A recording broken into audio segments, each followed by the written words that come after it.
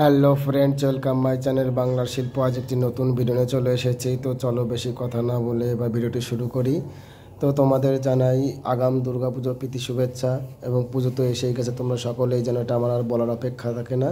তো আজকে একটি বাগবাজারের স্টাইলের যে গণেশ, সেই গণেশ তৈরি করব। তো প্রথমে দেখো বডিটা কোনো রকম আমি লাগিয়ে নিয়েছি, লাগিয়ে নেওয়া পা দুটো লাগিয়ে নিয়েছি, লাগিয়ে নিয়ে তৈরি করে নিয়েছি। পা দুটো দেখো থোড়ার ওইখানটা বা থাইয়ের ওইখানটা মোটা করে নিয়েছি। এবার গণেশের যে ভুঁড়ি, সেই ভুঁড়িটি তৈরি করব।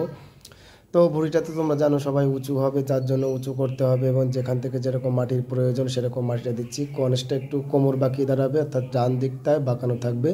তো তার জন্য ডান দিকটা ভুঁড়িটা একটু ঢেউ মতো হবে, যার জন্য ঢেউ মতো দেখো করে নিয়েছি। ডান দিক আর বাম দিক দেখলে তোমরা বুঝতে পারবে ডান দিকটা একটু বেশি ঢেউ দেওয়া এবং বাঁ দিকের ভুঁড়িটা একটু খাড়া মতো আছে।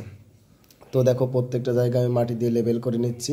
এবার গণেশের যে বুক, সেই গণেশের বুকের জায়গাটা একটু রেডি করে নিচ্ছি এবং দুপাশটা উঁচু করে নিচ্ছি দেখো, যাতে বডির যে টেক্সচার সেই বা আকার, সেই আকারটা যাতে চলে আসে, তার জন্য আমি এটা করে নিচ্ছি। এবং বুকের ওইখানটা আরেকবার মাটি দিয়ে নিলাম, একটু উঁচু করে নিয়ে প্রত্যেকটা জায়গায় মাটি দিয়ে নিচ্ছি। পেছন দিকটা একটু মাটি লাগবে, এইখানটা একটা ভাঁজ মতো হবে, যার জন্য এখানে একটু মাটি দিয়ে নিলাম। দুপাশটায় দু রকমের দুটো মাটি নিয়ে নিলাম।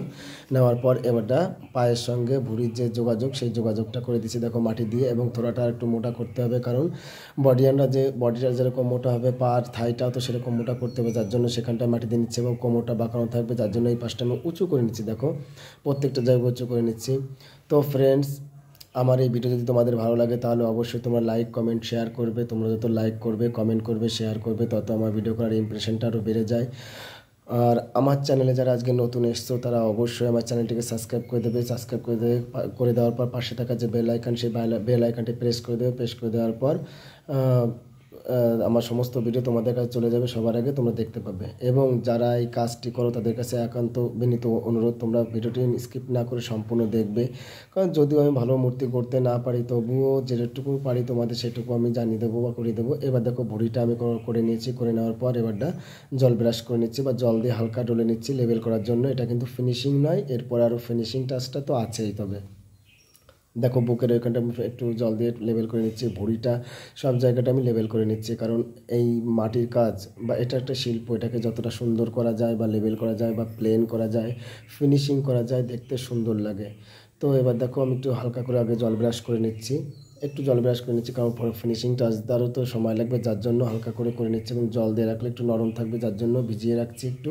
প্রচণ্ড টান এখন এখানে। তো আমি জল ব্রাশটা তো প্রত্যেকটা জায়গায় ক্লিয়ার করে নিচ্ছি, একটা জায়গাও বাদ দেবো না। এটা সম্পূর্ণ কিন্তু বাগবাজারের স্টাইল, যেটা গণেশের সেই স্টাইল। কারণ বাগবাজারের মূর্তি আমি একটা দুর্গা মূর্তি তৈরি করেছি, তো সেরকমই এটার গণেশ সেটিং করে গণেশ তৈরি হচ্ছে। তো গণেশের মুখটা আমি দেখো হাতে বানিয়ে নিয়েছি, এটার ভিডিও আর করিনি, কারণ গত রাতে এটা তৈরি করেছিলাম, যার জন্য ভিডিও করা হয়নি। এবার আমি গণেশের হাতটা লাগিয়ে নেব। তো প্রথমে ডান হাতটা নিচের দিকে থাকবে গত ধরা, সেই হাতটা আমি তৈরি করে নিচ্ছি। হাতটা লাগিয়ে নেওয়ার পর বডির সঙ্গে মাটিতে সেট করে দিচ্ছি। বডির সঙ্গে মাটিটা সেট, এখানটা একটু মাটি লাগবে, একটু মোটা মতো করতে হবে, কারণ বডি থেকে কোনোই পর্যন্ত সেই জায়গাটা একটু মোটা করতে করতে কোনোই কাছে একটু চাপা হবে, সামান্য চাপা, সেটা বোঝা যাবে কি যাবে না এরকম একটা, বা কাঁধটা, সেই কাঁধটাও তৈরি করতে হবে। তো কাঁধের ওইখানটা মাটি দিয়ে নিচ্ছে, যার জন্য বোঝা যায় এখানটা কাঁধ। এবং দেখো হাতটা আমি তৈরি করে নিচ্ছি। এবার ডান হাতের যে ওপরটা, সেই ডান হাতটা আমি তৈরি করে নিচ্ছি। লাগিয়ে নেওয়ার পর জল ব্রাশ করে নিচ্ছি দেখো।